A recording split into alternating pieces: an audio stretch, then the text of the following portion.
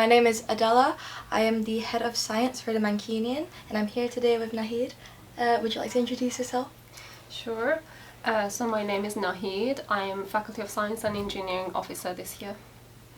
Yes, and could you give us a summary of what your duties are as the Science and Engineering Executive Officer? So basically, the most interesting part of this role is that you write your own job description, basically. Part of this job is attending to meetings with the SLT and heads of teaching, learning, and students, and many meetings that we need to attend and be the student voice in these meetings. And other than that, you can have any idea that you hear from students, their problems, what they need to be changed, and what do you think needs to be changed, and then act based on that, basically. Okay, thank you. I did have a look at your idea statement when you were campaigning, but for those listening, maybe you could just explain a little bit, just summarize what exactly you're hoping to achieve in your role. So my top priority this year is employability. What we need to do is that prepare our students better for the future job market, because it's really competitive, the job market nowadays. And we have a very strong career service, but I'm thinking of better ways to prepare students in their skills. And for example, one of the objectives is to increase the number of the trips that the trips that we can take the students to industry, apart from inviting the companies to the university, taking the students to the companies and industry so that they can get more familiar with the job environments and how can they network better with the company representatives and the employers. I do remember reading about how you mentioned you want to organize these industry trips to see, for the STEM students, to see more of what it would be like to actually work there and be an employee. But how can you ensure that these trips will be accessible and valuable for all Faculty of Science and Engineering students? So it's already happening somehow. For example, societies organizing some trips, faculty organizing some trips, but we need to increase that so we can, involve more students in these trips.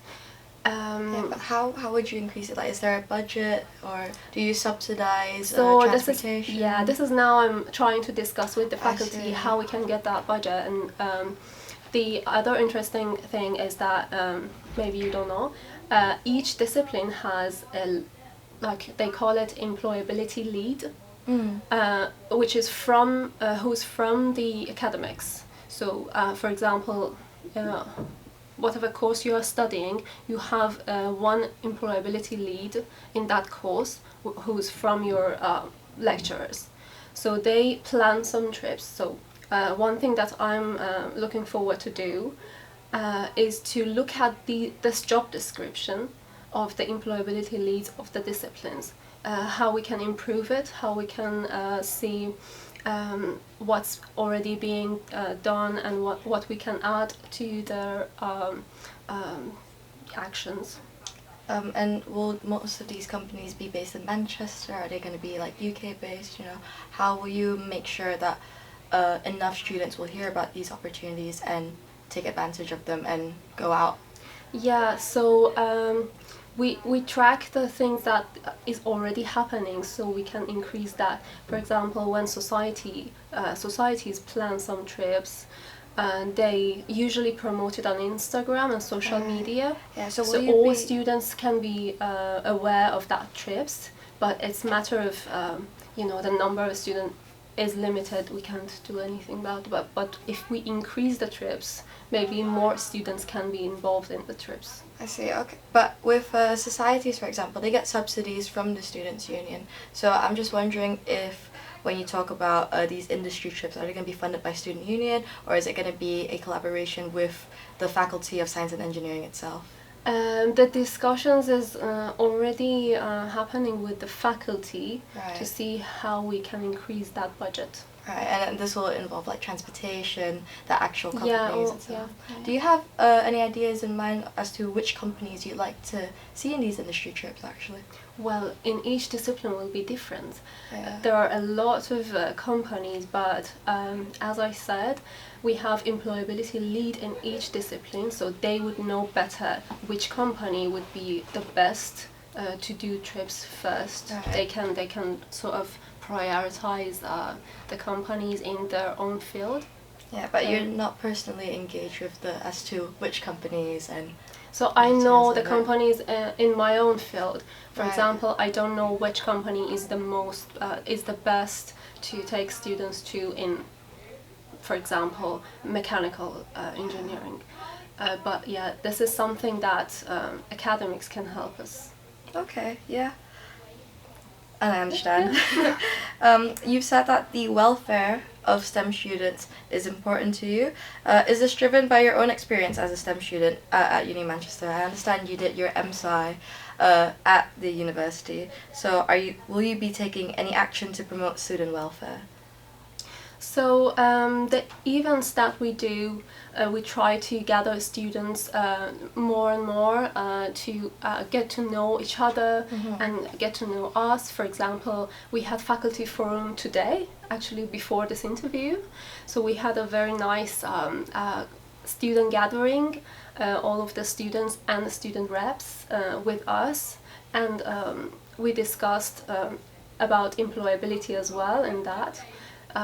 So it was like one shot, a lot of purpose, something like that. Yeah. So you can, gather students together in these events, so they know there are many opportunities for them to support them. So if they know people are supporting them in the faculty, their officer is supporting them, the faculty is supporting them. So, welfare is all about being supported, isn't it? Yeah, that's good to hear that you care. Oh. So I know that you've mentioned employability a lot. So what exactly is your long-term vision for employability and for student support in the faculty? And I know you mentioned a bit about such as the events that you're running, but what else have you done to support this long-term vision that you've got? Some actions actually are in discussion level for now, but for example, I'm looking forward to increase the number of workshops that we can organize for students. What are workshops about? Yeah, again, because of the competitive nature of the job market, their applications for a job needs to be different to be shortlisted. So we need to have some more workshops about that, not just preparing CV, cover letter, interview. So career service has a lot of useful facilities about preparing CV, but maybe we can do more than that to teach students how you can be different, how you can be noticeable, your application, so you can be shortlisted. This workshop can be about these. Okay, that's good. That sounds really good. Is it okay if we move on from employability to something else? Thank you. So this topic is gonna mostly affect final year and postgrad students. I read that you conducted a survey about summer library hours to advocate for improved study space access. So what exactly do you plan to do with the data that you collected, and do you have any follow-up plans? Yeah, so I've already discussed this with the faculty. They definitely support this. They agree with that, the fact that there need to be at least one study area during the summer, 24/7 study area, not just Monday to Friday 8 to 9. This is not acceptable. And I've already discussed that. I'm continuing to discuss this. But just so you know, I've done another survey on related to this. Released yesterday. We don't have the full data yet, but it's also about library, but this one is about John Ryland's library, which was interesting to me to see if I can increase, extend the library hours only for students. If you know, it's open to public from 9 to 5. We want to see if we can extend it from 5 p.m. to 9 p.m. just for students. Wow. So they can have another library in city center as well, because we don't have any library in city center. Yeah, that would make it a lot more accessible for students living in city center. That's a really good chat. Yeah, I'm looking forward to that. Oh, I hope. Well, I wish you all the best. Yeah, but the thing is, we need to know how many students actually will use that library. Because it's the matter of security, safety. Yeah, and if anything does happen, then the university becomes liable for like student safety. Yeah, that makes sense. I also read, moving on from the study spaces now, I also read that you're taking some steps to address accommodation contracts and how the fact that they're ending before dissertation deadline. So what exactly have you done so far? So yeah, I've discussed this as well, and I think it was the fact that the deadlines for some discipline changed, but they actually weren't aware of the contract.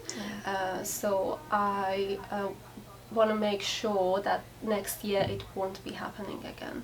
Because the situation was that, for example, you had your dissertation deadline, for example, 9th September, but you had to move out from your accommodation 2nd September. So I make sure that it's not going to happen next year. Yeah. Is there anyone in specific that you've spoken to about this issue? I've spoken to the Vice Dean, but the discussion is ongoing to see why this happened and what can we do next year. Alright, yeah, okay, sounds good. To address the decline in postgrad teaching enrollments, what scholarships have you proposed for international students? I saw that you mentioned this in your idea statement. And how do you plan to advocate for these scholarships and measure the impact of them? So this one hasn't happened yet, to be honest. Fair enough. But it's in my mind. So you should prioritize the idea statement somehow, because you need to do things step by step in this role. Of course. But it's something that I have in my mind. There are scholarships already, but if we can increase the number of these scholarships, it would be nice for the postgrad students. I know you haven't started, but do you have any ideas in mind as to how you could increase the only thing that I have in my mind right now, if it's that if there is any scholarship adding, I want that to be,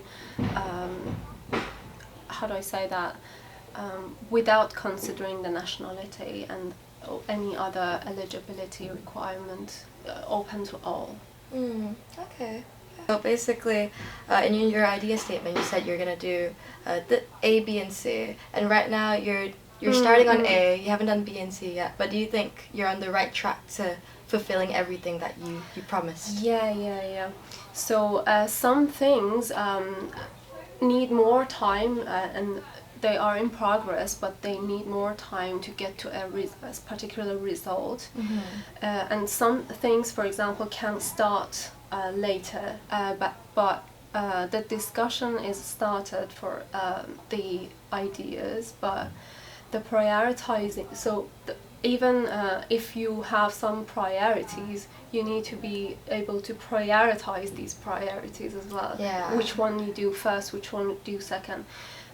For example, this survey that I've done during the summer, I needed to have the data when the last year PGT students were still here.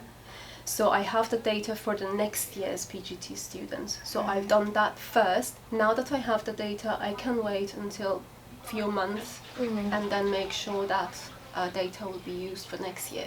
Okay, that's good. It's good to know that you know exactly what you want done first, you know what I mean? Yeah. Are you hoping to complete everything in your idea statement. I'm trying. By this year. I'm trying. Or next year. Yeah. Okay. That's good to know. Do you have any? I know this is your first year doing lead MCR, so congratulations. Thank you. Do you have any plans for re-election? I'm thinking about it, but haven't decided yet. Yeah. It's still early, anyways. Yeah. So, is there anything else you would like to say? I'm really happy that Mancunian considers speaking to us, and I'm really happy to see you in person.